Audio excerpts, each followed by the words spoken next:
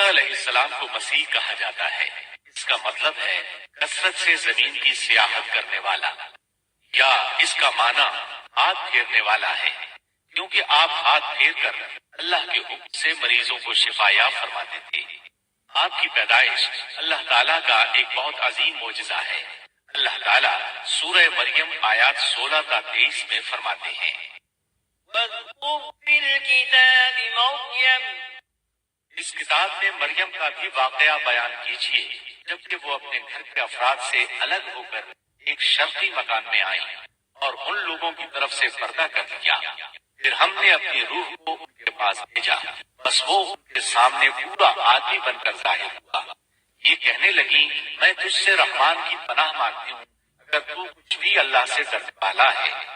اس نے جواب دیا کہ میں تو اللہ کا بھیجا ہوا قاصد ہوں، تجھے ایک پاکیزہ لڑکا دینے آیا ہوں۔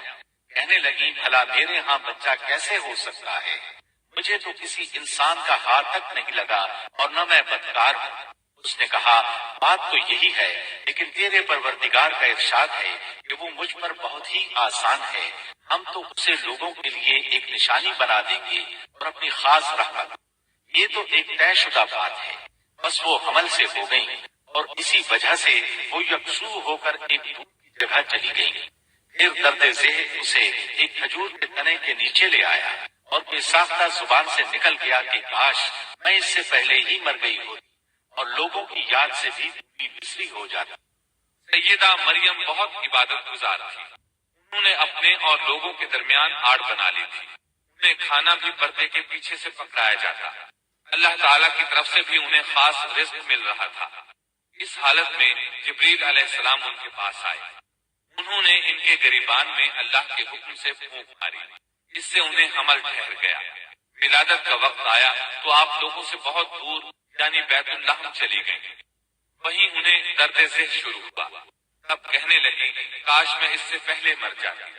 اللہ تعالیٰ کی طرف سے ارشاد ہوا، سورہ مریم آیات 24 تا 28 میں ہے، اتنے میں اسے نیچے سے ہی آواز دی کہ آزردہ خاطر نہ ہو، تیرے رب نے تیرے پاؤں تلے ایک چشمہ جاری کر دیا ہے، اور اس کھجور کے تنے کو اپنی طرف ہلا، یہ تیرے سامنے تر و تازہ پکی کھجوریں گرا دے گا۔ اب چین سے کھا پی اور آنکھیں ٹھنڈی رکھ۔ اگر تجھے کوئی انسان نظر پڑ جائے تو کہہ دینا کہ میں نے اللہ رحمان کے نام کا روزہ مان رکھا ہے، میں آج کسی شخص سے بات نہ کروں۔ اب عیسیٰ کو لیے ہوئے وہ اپنی قوم کے پاس آئیں۔ سب کہنے لگے، مریم تو نے بڑی بری حرکت کی، اے ہارون کی بہن، نہ تو تیرا باپ برا آدمی تھا اور نہ تیری ماں بدکار تھی۔ یہاں ہارون سے مراد موسیٰ علیہ السلام کے بھائی ہارون علیہ السلام مراد نہیں، بلکہ مریم علیہ السلام کے ایک بھائی کا نام ہارون تھا۔ قوم کی باتیں سن کر مریم علیہ السلام خاموش رہی اور بچے کی طرف اشارہ کر دیا کہ اس سے بات کر لو۔ وہ کہنے لگے، بھلا گود کا بچہ کیسے بات کر سکتا ہے؟ سورہ مریم آیت 29 میں ہے، بچہ بول اٹھا، میں اللہ تعالیٰ کا بندہ ہوں، اس نے مجھے کتاب عطا فرمائی اور مجھے اپنا پیغمبر بنایا ہے، اور اس نے مجھے بابرکت کیا ہے جہاں بھی میں ہوں، اور اس نے مجھے نماز اور زکوٰۃ کا حکم دیا ہے جب تک بھی میں زندہ رہا، اور اس نے مجھے اپنی والدہ کا خدمت گزار بنایا ہے اور مجھے سرکش اور بدبخت نہیں کیا، اور مجھ پر میری پیدائش کے دن اور میری موت کے دن اور جس دن کہ میں دوبارہ زندہ کھڑا کیا جاؤں گا سلام ہی سلام ہے۔ اللہ تعالیٰ نے عیسیٰ علیہ السلام کی اس گفتگو کے بعد فرمایا، یہ ہے صحیح واقعہ عیسیٰ ابن مریم کا، یہی وہ حق بات ہے جس میں لوگ شک و شبہ میں مبتلا ہیں۔ اللہ کے لیے اولاد کا ہونا لائق نہیں، وہ تو بالکل پاک ذات ہے۔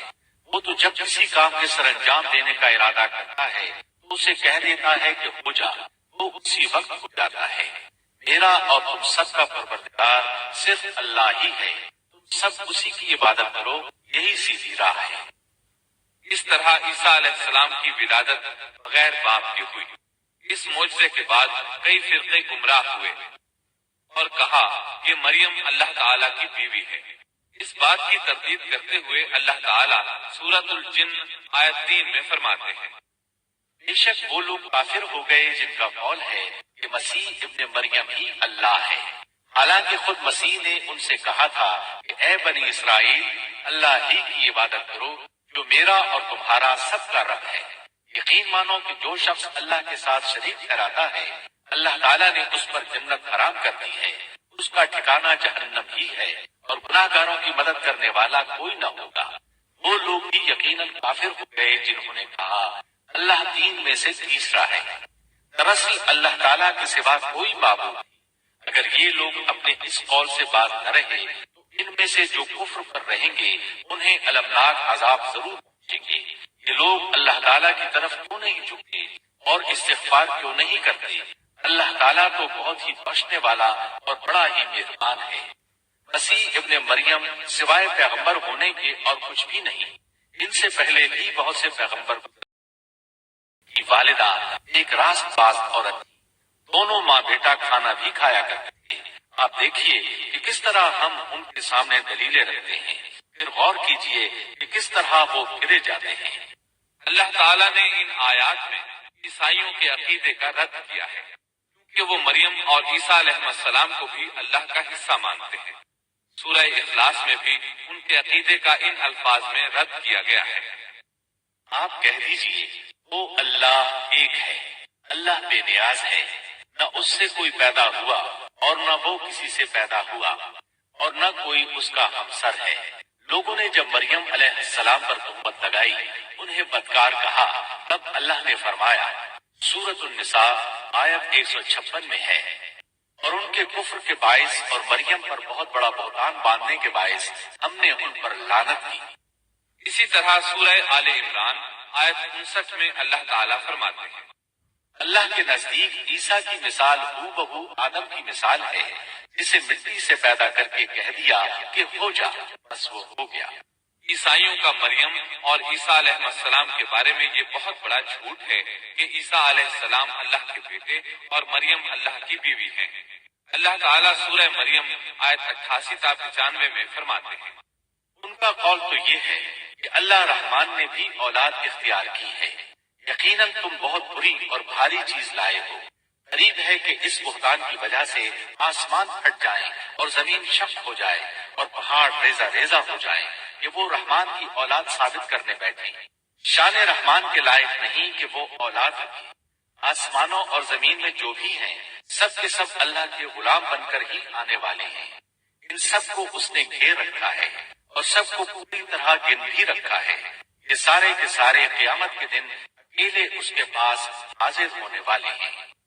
اللہ تعالیٰ سورۃ الانعام آیت 101 میں فرماتے ہیں، وہ آسمانوں اور زمین کا موجد ہے۔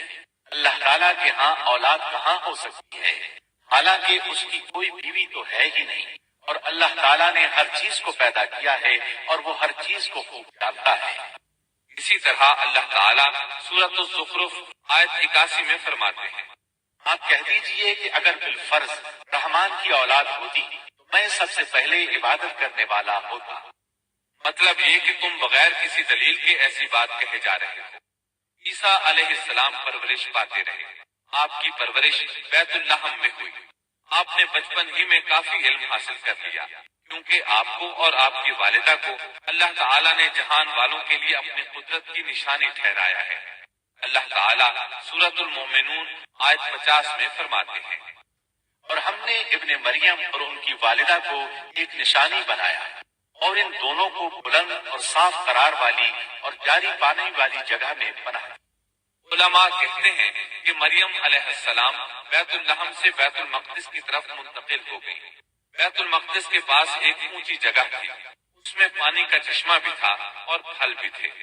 عیسیٰ علیہ السلام بڑے ہو گئے، ان میں علم و حکمت اور اصلاح کی علامات واضح ہو رہی تھی، لیکن ابھی تک آپ کو نبوت نہیں ملی تھی، یہاں تک کہ آپ کی عمر 30 سال ہو گئی۔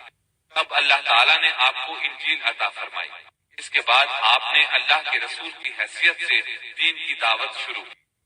اللہ تعالیٰ سورۃ المائدہ آیت 46 میں فرماتے ہیں، اور ہم نے ان کے پیچھے عیسیٰ ابن مریم کو بھیجا جو اپنے سے پہلے کی کتاب تورات کی تصدیق کرنے والے تھے، اور ہم نے انہیں انجیل عطا فرمائی جس میں نور اور ہدایت تھی، اور وہ اپنے سے پہلے کی کتاب تورات کی تصدیق کرتی تھی اور پرہیزگار لوگوں کے لیے سراسر ہدایت اور نصیحت۔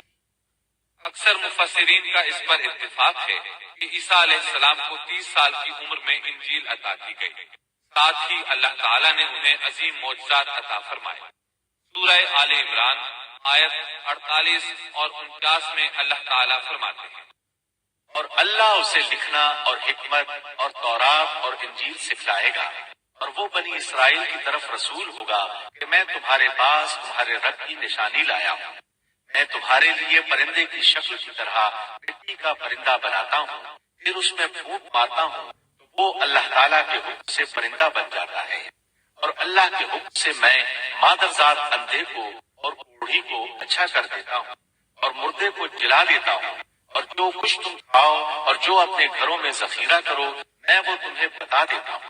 اس میں تمہارے لیے بہت بڑی نشانی ہے اگر تم ایماندار ہو۔ اس طرح عیسیٰ علیہ السلام بنی اسرائیل کی طرف مبعوث ہوئے۔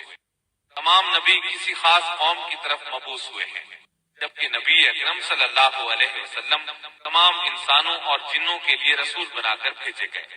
یہ آپ کی خصوصیات میں سے ایک امتیازی خصوصیت ہے۔ اللہ تعالیٰ نے عیسیٰ ابن مریم علیہ السلام کو عظیم معجزات عطا فرمائے۔ پیدائشی اندھا بینا ہو جاتا، کوڑھی کا کوڑ دور ہو جاتا، برس والے کے جسم پر ہاتھ پھیر دیتے اس کا برس ختم ہو جاتا، مٹی کے پرندے بنا کر پھونک مارتے وہ اڑنے لگتے۔ لیکن سب سے بڑا معجزہ اللہ تعالیٰ نے آپ کو یہ عطا فرمایا کہ آپ نے اللہ کے حکم سے مردوں کو زندہ کیا۔ سورہ آل عمران آیت 50 اور 51 میں ہے، اور میں تورات کی تصدیق کرنے والا ہوں جو مجھ سے پہلے ہے، اور میں اس لیے آیا ہوں کہ تم پر بعض وہ چیزیں حلال کر دوں جو تم پر حرام کر دی گئی ہیں، اور میں تمہارے پاس تمہارے رب کی نشانیاں لایا ہوں، اس لیے تم اللہ سے ڈرو اور میری فرما برداری کرو۔ یقین مانو کہ میرا اور تمہارا رب اللہ ہی ہے، تم سب اسی کی عبادت کرو، یہی سیدھی راہ ہے۔ لوگوں نے تمام نشانیاں دیکھی لیکن پھر بھی کفر پر ڈٹے رہے، عیسیٰ علیہ السلام کی تکذیب کرتے رہے۔ اللہ تعالیٰ سورہ آل عمران آیت 52 میں فرماتے ہیں، مگر جب عیسیٰ نے ان کا کفر محسوس کر لیا تو کہنے لگے اللہ کی راہ میں میری مدد کرنے والا کون ہے؟ حواریوں نے جواب دیا کہ ہم اللہ کی راہ کے مددگار ہیں، ہم اللہ پر ایمان لائے اور آپ گواہ رہیے کہ ہم تابعدار ہیں۔ سورۃ الصف میں اللہ تعالیٰ عیسیٰ علیہ السلام کی زبانی فرماتے ہیں کہ انہوں نے ایمانداروں کو مخاطب کر کے کہا، اے ایمان والو تم اللہ کے مددگار بن جاؤ، جس طرح مریم کے بیٹے عیسیٰ نے حواریوں سے فرمایا کہ کون ہے جو اللہ کی راہ میں میرا مددگار بنے؟ حواریوں نے کہا ہم اللہ کی راہ میں مددگار ہیں۔ بس بنی اسرائیل میں سے ایک جماعت تو ایمان لے آئی اور ایک جماعت نے کفر کیا، تو ہم نے مومنوں کی ان کے دشمنوں کے مقابلے میں مدد فرمائی، بس وہ غالب آ گئے۔ اس کے بعد اللہ تعالیٰ نے دین عیسوی کو یہودیوں کے مذہب پر غالب کر دیا۔ جب لوگوں نے کفر کیا اس وقت صرف حواری آپ پر ایمان لائے تھے، ان کی تعداد صرف 12 تھی۔ بعد میں دین عیسوی کو اللہ تعالیٰ نے مکمل طور پر غلبہ عطا فرمایا۔ حواری ایمان ضرور لائے تھے لیکن ان میں کسی قدر تردد تھا۔ اللہ تعالیٰ سورۃ المائدہ آیت 111 تا 115 میں فرماتے ہیں، اور جب میں نے حواریوں کو حکم دیا کہ تم مجھ پر اور میرے رسول پر ایمان لاؤ، انہوں نے کہا ہم ایمان لائے اور آپ گواہ رہیے کہ ہم پورے فرما بردار ہیں۔ وہ وقت یاد کے قابل ہے جبکہ حواریوں نے عرض کیا اے عیسیٰ ابن مریم، کیا آپ کا رب ایسا کر سکتا ہے کہ ہم پر آسمان سے ایک خوان نازل فرما دے؟ آپ نے فرمایا کہ اللہ سے ڈرو اگر تم ایماندار ہو۔ بولے کہ ہم یہ چاہتے ہیں کہ اس میں سے کھائیں اور ہمارے دلوں کو پورا اطمینان ہو جائے اور ہمارا یہ یقین اور بڑھ جائے کہ آپ نے ہم سے سچ بولا ہے اور ہم گواہی دینے والوں میں سے ہو جائیں۔ عیسیٰ ابن مریم نے دعا کی کہ اے اللہ، اے ہمارے پروردگار، ہم پر آسمان سے کھانا نازل فرما کہ وہ ہمارے لیے یعنی ہم میں جو اول ہیں اور جو بعد ہیں سب کے لیے ایک خوشی کی بات ہو جائے اور تیری طرف سے ایک نشان ہو جائے، اور تو ہم کو رزق عطا فرما دے اور تو سب عطا کرنے والوں سے اچھا ہے۔ حق تعالیٰ نے ارشاد فرمایا کہ میں وہ کھانا تم لوگوں پر نازل کرنے والا ہوں، پھر جو شخص تم میں سے اس کے بعد کفر کرے گا تو میں اس کو ایسی سزا دوں گا کہ وہ سزا دنیا جہان والوں میں سے کسی کو نہ دوں گا۔ اور یہ اللہ تعالیٰ کی سنت ہے کہ جب منہ مانگا معجزہ آ جائے اور اس کے بعد بھی لوگ کفر کریں تو وہ تمام لوگ ہلاک کر دیے جاتے ہیں۔ آخر کار وہ کھانا اترنے لگا، انہوں نے اس کھانے کو کھایا اور ایمان پر قائم رہے، البتہ ان میں سے ایک نے خیانت کی، اس کا ذکر آگے آئے گا۔ ان مسلسل معجزات کا لوگوں میں چرچا ہونے لگا۔ یہودی عالموں اور بادشاہوں کو اس بات کی فکر ستا رہی تھی کہ لوگ ان کی پیروی چھوڑ کر عیسیٰ ابن مریم علیہ السلام کے پیروکار بن رہے تھے، گویا ان کی حکومت ڈگمگا رہی تھی، دنیاوی بادشاہت بھی ہاتھ سے نکل رہی تھی اور دینی امور کی قیادت سے بھی ہاتھ دھونے پڑ رہے تھے۔ یہ صورتحال دیکھ کر یہودی عالم یہودی بادشاہ کے پاس گئے، اسے عیسیٰ علیہ السلام کے بارے میں خوف زدہ کرنے لگے، کہنے لگے وہ خود کو یہود کا بادشاہ خیال کرتا ہے اور دعویٰ کر رہا ہے کہ جلد تم سے بادشاہت چھین لے گا۔ بادشاہ کو اپنی حکومت کی پڑ گئی، اس نے حکم دیا اسے سولی پر چڑھا دو۔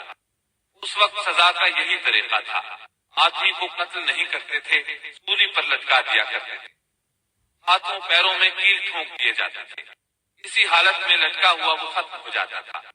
اس طرح یہودیوں نے عیسیٰ علیہ السلام کے قتل کا پروگرام بنایا۔ یہ آپ کے رسول بننے کے 3 سال بعد کی بات ہے۔ انجیل متی کے مطابق یہودیوں نے جس شخص کو عیسیٰ علیہ السلام کے خلاف ابھارا تھا وہ روم کا گورنر تھا، اس کا نام پونتس پیلاطس تھا۔ اس نے اپنے سپاہیوں سے مل کر عیسیٰ علیہ السلام کو گرفتار کرنے کی سازش تیار کی اور عیسیٰ علیہ السلام کے ایک شاگرد یہودا اسکریوتی کو 30 دینار پر جاسوسی کے لیے تیار کر لیا۔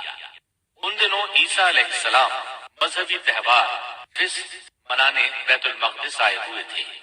یہاں عیسیٰ علیہ السلام نے کھانا کھایا اور اپنے 11 شاگردوں سمیت شہر سے باہر گتسمنی نامی ایک جگہ پر رات گزارنے کے لیے تشریف لے گئے۔ پھر اپنے شاگردوں سے الگ ہو کر اللہ سے یوں دعا کی، اے میرے اللہ، اگر ہو سکے تو یہ پیالہ یعنی موت مجھ سے ٹل جائے۔ اس کے جواب میں تسلی نازل ہوئی۔ علماء کا اس بات پر اتفاق ہے کہ جب یہودی عیسیٰ علیہ السلام کے شاگرد یہودا اسکریوتی کی رہنمائی پر وہاں پہنچے جہاں عیسیٰ علیہ السلام اور ان کے شاگرد تھے، تو ان لوگوں نے عیسیٰ علیہ السلام اور ان کے حواریوں کا محاصرہ کر لیا۔ عین اسی وقت اللہ تعالیٰ نے عیسیٰ علیہ السلام کو آسمان پر اٹھا لیا اور مخبری کرنے والے عیسیٰ علیہ السلام کے شاگرد یہودا پر عیسیٰ علیہ السلام کی مشابہت ڈال دی گئی۔ چنانچہ حکومت کے اہلکاروں، یہودیوں، حتیٰ کہ خود حواریوں نے بھی اسی کو عیسیٰ سمجھ لیا اور اسی کو لے جا کر پھانسی پر چڑھا دیا، جیسا کہ سورۃ النساء میں اللہ تعالیٰ فرماتے ہیں۔ اور اس وجہ سے بھی ہم نے ان پر لعنت کی کہ انہوں نے کہا کہ ہم نے مسیح ابن مریم جو کہ اللہ کا رسول ہے اسے قتل کیا ہے، حالانکہ نہ انہوں نے اسے قتل کیا اور نہ سولی دیا، لیکن ان کو شبہ پڑ گیا، اور جو لوگ اس میں اختلاف کر رہے ہیں وہ خود شک میں ہیں، انہیں حقیقت حال کا کچھ علم نہیں، محض ظن کے پیچھے لگے ہوئے ہیں۔ اور یہ یقینی بات ہے کہ انہوں نے عیسیٰ ابن مریم کو قتل نہیں کیا تھا، بلکہ اللہ نے اسے اپنی طرف اٹھا لیا تھا، اور اللہ بہت زور آور اور حکمت والا ہے۔ عیسائی اور یہودی اس بات پر متفق تھے کہ عیسیٰ علیہ السلام کو سولی چڑھا دیا گیا ہے، لیکن ان میں تھوڑا سا اختلاف تھا۔ یہودی کہتے تھے کہ وہ قتل ہو گئے ہیں، جبکہ عیسائی کہتے تھے کہ وہ 3 دن تک مردہ رہنے کے بعد زندہ ہوئے اور آسمان پر چلے گئے۔ اللہ تعالیٰ نے ان دونوں گروہوں کی تردید کرتے ہوئے فرمایا کہ یہ شک میں مبتلا ہیں، در حقیقت یہ لوگ عیسیٰ علیہ السلام کو گرفتار نہ کر سکے تھے۔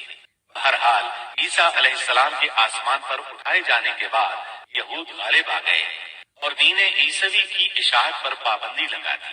البتہ خفیہ طور پر لوگ اس دین سے آگاہی حاصل کرتے رہے اور یہ سلسلہ 240 سال تک یوں ہی چلتا رہا، یہاں تک کہ ایک بادشاہ نے عیسائی مذہب قبول کر لیا۔ وہ ملک روم کا بڑا بادشاہ تھا۔ اس وقت دین عیسوی خوب پھیلا، لیکن اس بادشاہ نے دین میں شرک والے کچھ طریقے شامل کر دیے۔ ایک روایت کے مطابق وہ 240 سال تک توحید پر قائم رہے۔ یہ بادشاہ قسطنطنیہ پہنچا، وہاں عیسوی مذہب کو اپنے اقوال کے ساتھ زندہ کرنا چاہا۔ اس بادشاہ نے علماء، درویشوں اور پادریوں کو منتخب کیا۔ اس وقت ظاہری اور واضح کفر کے دروازے کھل گئے۔ پھر عیسائیوں کے 3 فرقے بن گئے۔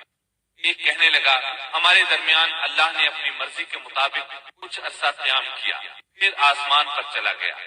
ان لوگوں کو یعقوبیہ کہتے ہیں۔ دوسرے گروہ نے کہا ہمارے درمیان اللہ کے بیٹے نے جب تک چاہا قیام کیا اور پھر اللہ نے اسے اپنی طرف اٹھا لیا۔ انہیں نستوریہ کہتے ہیں اور ان کی کثرت ہوئی۔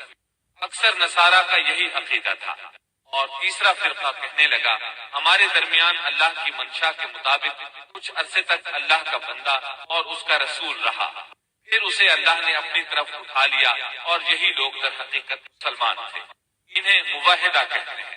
ان کی انجیل میں شرک اب تک نہیں پایا جاتا۔ ان کی انجیل کا نام انجیل برناباس ہے۔ نصارہ کا یہ فرقہ سب سے قلیل تعداد میں ہے۔ ابن عباس رضی اللہ عنہما کہتے ہیں ان دونوں فرقوں نے تیسرے فرقے پر دھاوا بول کر ان میں اکثر کو قتل کر دیا۔ پھر اسلام اسی طرح تنہا، غریب اور کمزور رہا، یہاں تک کہ رسول اللہ صلی اللہ علیہ وسلم کی بعثت ہوئی۔ اللہ تعالیٰ سورۃ الصف آیت 14 میں فرماتے ہیں تو ہم نے مومنوں کی ان کے دشمنوں کے مقابلے پر مدد کی، بس وہ غالب آ گئے۔ سورۃ النساء آیت 157 میں اللہ تعالیٰ کا فرمان ہے اور ان کے یوں کہنے کے باعث کہ ہم نے اللہ کے رسول عیسیٰ ابن مریم کو قتل کر دیا، حالانکہ نہ تو انہوں نے اسے قتل کیا نہ سولی پر چڑھایا، بلکہ ان کے لیے وہی صورت بنا دی گئی تھی۔ یقین جانو کہ عیسیٰ کے بارے میں اختلاف کرنے والے ان کے بارے میں شک میں ہیں، انہیں حقیقت حال کا کوئی علم نہیں ہے، وہ محض زن کے پیچھے لگے ہوئے ہیں۔ اتنا یقینی ہے کہ انہوں نے اسے قتل نہیں کیا۔ اللہ تعالیٰ نے عیسیٰ علیہ السلام کو قیامت کی ایک نشانی قرار دیا۔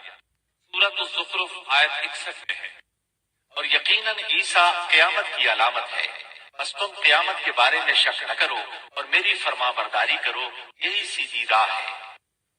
قیامت کے قریب عیسیٰ علیہ السلام آسمان سے نازل ہوں گے اور ان کا نزول اس بات کی علامت ہوگا کہ اب قیامت قریب ہے۔ عیسیٰ علیہ السلام اور نبی کریم صلی اللہ علیہ وسلم کے درمیان اور کوئی نبی نہیں ہے، اس لحاظ سے نبی کریم صلی اللہ علیہ وسلم لوگوں سے زیادہ عیسیٰ علیہ السلام کے قریب ہیں، جیسا کہ مسند احمد کی ایک حدیث میں ہے۔ نبی اکرم صلی اللہ علیہ وسلم نے فرمایا انبیاء کرام سب ایک باپ کے بیٹے بھائی کی طرح ہیں، مائیں جدا جدا اور دین ایک ہے، اور تمام لوگوں سے زیادہ عیسیٰ کے نزدیک میں، کیونکہ میرے اور ان کے درمیان کوئی نبی نہیں ہے۔ نبی کریم صلی اللہ علیہ وسلم اور عیسیٰ علیہ السلام کی درمیانی مدت قریباً 560 سال ہے۔ آپ فرماتے ہیں وہ بہت جلد نازل ہوں گے، جب تم انہیں دیکھو گے تو پہچان لو گے، وہ درمیانے قد کے ہیں، ان کا چہرہ سفید اور سرخی مائل ہے، ان کے سر کے بال سیدھے ہیں، ان کے بالوں سے پانی کے قطرے گرتے محسوس ہوں گے، حالانکہ ان کا سر بالکل خشک ہوگا۔ وہ مسجد دمشق کے سفید منارے پر اتریں گے، صلیب کو توڑ دیں گے، خنزیر کو قتل کر دیں گے، جزیے کو ختم کر دیں گے، عیسائیت سمیت تمام باطل دینوں کو ختم کر دیں گے، نصرانیت کی تمام علامات مثلاً صلیب اور خنزیر کا خاتمہ کر دیں گے۔ ان کے زمانے میں تمام مذہب ختم ہو جائیں گے، صرف اسلام باقی رہ جائے گا۔ دجال کو بھی اللہ عیسیٰ علیہ السلام کے ہاتھوں قتل کرا دیں گے۔ پوری زمین پر صرف اسلام ہوگا، ساری زمین امن کا گہوارہ بن جائے گی، یہاں تک کہ بکری اور شیر مل کر زندگی بسر کریں گے، بچے سانپوں سے کھیلیں گے، کوئی کسی کو تکلیف نہیں پہنچائے گا۔ عیسیٰ علیہ السلام زمین پر 40 سال قیام کریں گے، پھر آپ کی وفات ہو جائے گی۔ مسلمان آپ کی نماز جنازہ ادا کر کے آپ کو دفن کریں گے۔ قیامت کے دن اللہ تعالیٰ ان سے فرمائیں گے، سورۃ المائدہ آیات 116 اور 117 میں ہے، اور وہ وقت بھی قابل ذکر ہے جب اللہ فرمائے گا کہ عیسیٰ ابن مریم کیا تم نے ان لوگوں سے کہا تھا کہ مجھے اور میری ماں کو بھی اللہ کے علاوہ معبود قرار دے لو؟ عیسیٰ عرض کریں گے کہ تو پاک ہے، مجھے کسی طرح لائق نہ تھا کہ میں ایسی بات کہتا جس کے کہنے کا مجھے کوئی حق نہیں، اگر میں نے کہا ہوگا تو تجھے اس کا علم ہوگا، تو میرے دل کے اندر کی بات بھی جانتا ہے، اور جو کچھ تیرے نفس میں ہے میں اس کو نہیں جانتا، تمام غیبوں کا جاننے والا تو ہی ہے، میں نے تو ان سے اور کچھ نہیں کہا مگر صرف وہی جو تو نے مجھے حکم فرمایا تھا کہ تم اللہ کی بندگی اختیار کرو جو میرا بھی رب ہے اور تمہارا بھی رب ہے۔ میں ان پر گواہ رہا جب تک ان میں رہا، پھر جب تو نے مجھے اٹھا لیا تو تو ہی ان پر نگران تھا اور تو ہر چیز کی پوری خبر رکھتا ہے۔ اللہ تعالیٰ اہل کتاب کو مخاطب کر کے سورۃ النساء آیات 171 اور 172 میں فرماتے ہیں، اے اہل کتاب، اپنے دین کے بارے میں حد سے نہ گزر جاؤ اور اللہ پر بجز حق کے اور کچھ نہ کہو۔ مسیح عیسیٰ ابن مریم تو صرف اللہ کے رسول اور اس کے حکم ہیں جسے اس نے مریم کی طرف ڈال دیا تھا، اور اس کے پاس کی روح ہے، اس لیے تم اللہ کو اور اس کے سب رسولوں کو مانو اور نہ کہو کہ اللہ تین ہے، اس سے باز آ جاؤ کہ تمہارے لیے بہتری ہے۔ اللہ عبادت کے لائق تو صرف ایک ہی ہے اور وہ اس سے پاک ہے کہ اس کی اولاد ہو۔ اسی کے لیے ہے جو کچھ آسمانوں میں ہے اور جو کچھ زمین میں ہے، اور اللہ کافی ہے کام بنانے والا۔ سیدنا عیسیٰ علیہ السلام کو اللہ تعالیٰ نے کتاب انجیل عطا فرمائی تھی۔ یہ کتاب بس تورات ہی کی درست شکل تھی۔ مطلب یہ کہ سیدنا عیسیٰ علیہ السلام کی بنیادی تعلیم اگرچہ تورات کے مطابق تھی، لیکن یہودیوں نے تورات میں رد و بدل کر دیا تھا۔ اس لیے اللہ تعالیٰ نے سیدنا عیسیٰ علیہ السلام کو انجیل عطا فرمائی۔ سیدنا عیسیٰ علیہ السلام کو نبوت دی تو آپ نے ان سب کی اصلاح کی کوششیں شروع کی۔ اس وقت کے یہودی بھی 4 طبقات میں بٹ گئے تھے۔ ان کے عقائد وہ نہیں رہے تھے جو موسیٰ علیہ السلام نے انہیں دیے تھے۔ آپ نے ان سب کے عقائد کا جائزہ لیا اور ان کی اصلاح کے لیے اپنی زندگی وقف کر دی۔ لیکن ان بدبختوں نے آپ کی باتیں ماننے سے یکسر انکار کر دیا۔ نہ صرف یہ کہ تعلیمات کا انکار کیا بلکہ آپ کے دشمن بھی ہو گئے۔ سیدنا عیسیٰ علیہ السلام پر جو کتاب نازل ہوئی اس کا نام انجیل ہے، لیکن آج عیسائیوں کے ہاں 4 انجیلیں رائج ہیں۔ یہاں سوال یہ پیدا ہوتا ہے کہ موجودہ 4 انجیلیں وہی ہیں یا یہ سیدنا عیسیٰ علیہ السلام کے بعد تصنیف کی گئی ہے؟ یہ ایک ایسا سوال ہے جو مدت سے سوال ہی چلا آ رہا ہے۔ عیسائی حضرات اس سوال کا جواب دینے سے عیسائی عالم تک اس بات کا اقرار کرتے نظر آتے ہیں کہ ان میں سے کوئی ایک انجیل بھی مسیح علیہ السلام کی انجیل نہیں ہے اور نہ اس کا خالص ترجمہ ہے۔ موجودہ انجیلوں کے بارے میں عیسائیوں کے ہاں کوئی ایسی سند موجود نہیں جس کی بنا پر وہ کہہ سکے کہ ان کی روایات کا سلسلہ سیدنا عیسیٰ علیہ السلام یا ان کے شاگردوں تک پہنچتا ہے۔ خود عیسائیت کی مذہبی تاریخ اس بات کی گواہ ہے کہ پہلی صدی عیسوی سے چوتھی صدی عیسوی کے شروع تک عیسائیوں میں 21 سے زیادہ انجیلیں الہامی یقین کی جاتی تھیں، لیکن 325 عیسوی میں ان میں سے 4 کو منتخب کر کے باقی کو غیر مستند قرار دے دیا گیا۔ 4 انجیلوں کا یہ انتخاب بھی کسی تاریخی یا علمی بنیاد پر نہیں کیا بلکہ اس کے لیے ایک طرح کی فال نکالی گئی تھی۔ اس فال کو الہامی اشارہ سمجھ لیا گیا تھا۔ ان 4 انجیلوں میں متی کی انجیل سب سے قدیم گنی جاتی ہے۔ اس کے باوجود عیسائیوں کے پرانے عالم یہ بات تسلیم کرتے ہیں کہ یہ انجیل متی اصلی نہیں بلکہ اس کا ترجمہ ہے، اس لیے اصل کتاب عبرانی زبان میں تھی جو اب ناپید اور ضائع ہو گئی ہے، اور موجودہ ترجمے کے بارے میں قطعی طور پر یہ نہیں کہا جا سکتا کہ یہ اصل زبان کا ترجمہ ہے، جبکہ مترجم کا نام تک معلوم نہیں اور نہ یہ پتا ہے کہ ترجمہ ہوا کے زمانے میں تھا۔ دوسری انجیل مرقس کی انجیل ہے۔ اس کے بارے میں مشہور عیسائی عالم پطرس گومار اپنی کتاب میں مرقس کے سوانح حیات پر لکھتا ہے کہ یہ نسلاً یہودی تھا اور عیسیٰ علیہ السلام کے حواری پطرس کا شاگرد تھا۔ جب رومیوں نے عیسائیت اختیار کر لی تو اس نے ان کے مطالبے پر یہ انجیل تصنیف کی۔ وہ سن 68 عیسوی میں اسکندریہ کے قید خانے میں بت پرستوں کے ہاتھوں قتل ہوا۔ تیسری انجیل لوقا کی انجیل ہے۔ عیسائی عالموں میں متی کی انجیل کے بارے میں جتنے اختلافات ہیں ان سے زیادہ لوقائی انجیل میں موجود ہیں۔ خود لوقا نے اپنی انجیل کے بارے میں لکھا ہے کہ یہ انجیل اس نے شاہ فیلس کے ساتھ خط و کتابت کی بنیاد پر لکھی ہے۔ وہ اسے مخاطب کر کے لکھتا ہے کہ سچ کی باتیں جن لوگوں نے کانوں سے سنی تھی انہوں نے ہم تک اس طرح پہنچائی ہیں، ان کو بہت سے لوگ ہم سے نقل کر رہے ہیں، اس لیے میں ضروری سمجھتا ہوں کہ ان کو خود ہی صحیح طریقے پر کر تاکہ تمہیں صحیح حقیقت معلوم ہو جائے۔ اس سے صاف معلوم ہوتا ہے کہ لوقا نے سیدنا مسیح علیہ السلام کا زمانہ نہیں پایا۔ اس کے ساتھ عیسائی عالم یہ بھی بیان کرتے ہیں کہ لوقا کی انجیل مرقس کی انجیل کے بعد وجود میں آئی اور پطرس اور پولس کے مرنے کے بعد تصنیف کی گئی ہے۔ دراصل لوقا انطاکیہ شہر میں طب کا پیشہ کرتا تھا۔ اس نے عیسیٰ علیہ السلام کو نہیں دیکھا اور عیسائیت کو سینٹ پال یعنی پولس سے سیکھا، اور سینٹ پال کے بارے میں یہ بات تحقیق کو پہنچ چکی ہے کہ وہ دراصل متعصب یہودی تھا۔ عیسائیت کا بدترین دشمن خیال کیا جاتا تھا۔ وہ عیسائیوں کے خلاف اپنی جد و جہد جاری رکھے ہوئے تھا، مگر جب اس نے دیکھا کہ اس کی تمام تر مخالفتوں اور رکاوٹوں کے باوجود عیسائیت ترقی کرتی جا رہی ہے اور رو کے نہیں رک رہی، تو اس نے مکر و فریب سے کام کیا اور اچانک اعلان کیا کہ مجھ سے ایک عجیب معجزہ سرزد ہوا ہے۔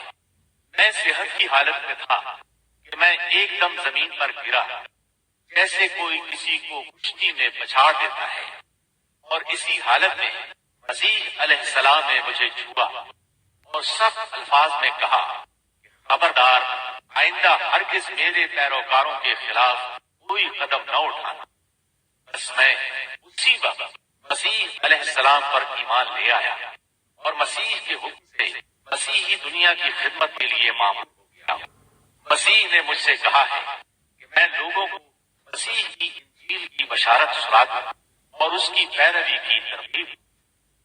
اس طرح اس نے آہستہ آہستہ کلیسا پر ایسا قبضہ کیا کہ دین عیسوی کی اصل صداقتوں کو مٹا کر اس سے بدعتوں اور رسومات کا مجموعہ بنا اور پوری مسیحیت کو خود پرستی میں تبدیل کر دیا۔